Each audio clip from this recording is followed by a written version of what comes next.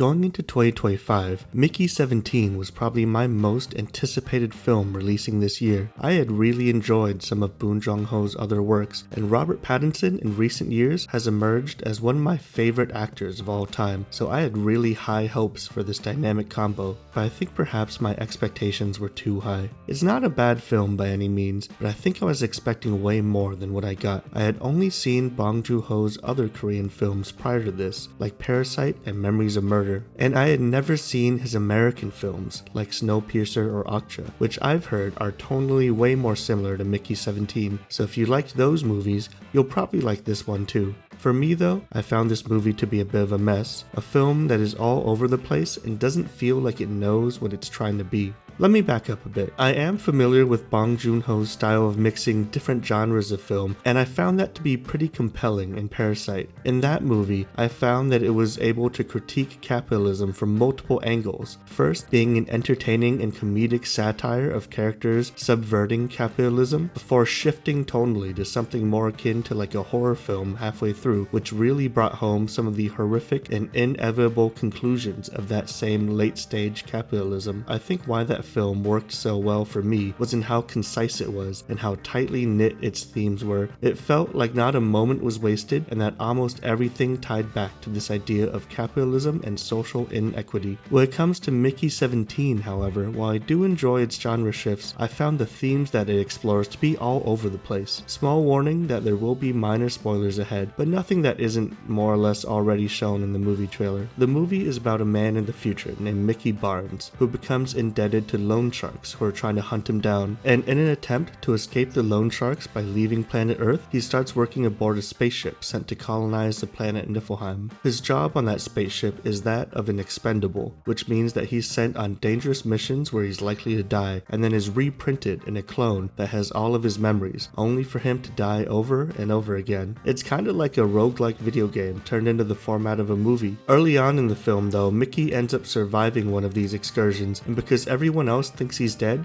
they end up printing a clone of him. And now these two clones, Mickey 17 and 18, who have completely opposite personalities, end up in conflict with one another because the rules of this society say that you're not allowed to have a duplicate. In addition to that, later on in the film we get to know the fascist ruler of the ship who leads this religious cult, played by Mark Ruffalo, as well as the conflict between humans and the native aliens of Niflheim. This film explores themes of late-stage capitalism and the expendability of human life in such a system. It explores the idea of the soul and ethics around cloning, the idea of a religious cult of influence with a dictator leader, and the concept of the fear of death and sacrifice, as well as many other themes. But I personally feel that none of these themes are ever fully fleshed out. It's a shame, because the premise of the film is really interesting, especially the first half, but it feels like we get tossed one interesting idea only for the plot to quickly wrap up that idea and never speak of it again and move on to the next idea over and over again. I would have loved a movie entirely focused on the job itself of being an expendable and the capitalist satire that comes from that, but the premise is essentially abandoned at around the 40-minute mark. Further lending to this feeling of things not being fleshed out enough was that there were some scenes that I felt could probably have been removed entirely with no consequence to the plot. There's a threesome subplot in the movie which, while entertaining, doesn't really contribute to the themes and I felt could have been removed without impact. I do want to give credit where credit is due, however. I think Robert Pattinson is phenomenal in this film. This is also absolutely the funniest Bong Joon Ho movie I've ever seen. I think Pattinson deserves a lot of credit for that, especially with the wide expressional range of these two characters who have wildly different personalities from each other. To give a sense for the energy of these characters, he based Mickey 17 and 18 on Jim Carrey in Dumb and Dumber, as well as Ren and Stimpy. Mark Ruffalo also does a great job of playing the literal worst guy you've ever met, this bumbling buffoon of a politician who can barely hide his own incompetence and narcissism. The comedy, which reaches its peak for me halfway through the film, is definitely the highlight, but unfortunately after that point I started to realize that a lot of the ideas touched upon in the first half might not end up getting resolved. The idea of the loan shark ends up being a bit of a footnote, and there are ideas of Mickey's relationship to his mother and how that affects his relationship with other women, which isn't really explored. The combination of some of these ideas not getting resolved, the ever-changing plot and theme themes of the film, the tonal shifts, as well as some of these characters who deliver pretty purposefully over-the-top performances. While funny, all of this combined did end up leaving me feeling a bit dizzy by the end of it. A whirlwind of chaos that at times, while enjoyable, left much to be desired. So at the end of the day, while I didn't love the film, it's possible my expectations were just too high from the beginning, from only having watched the two movies that are often regarded as Bong Joon Ho's best. It's still enjoyable, and I ended up giving it a 7 out of 10, but I think I was just hoping for more. If you got the chance to see this, I'd love to know what you thought about it in the comments, and please like and subscribe if you want to see more movie reviews like this.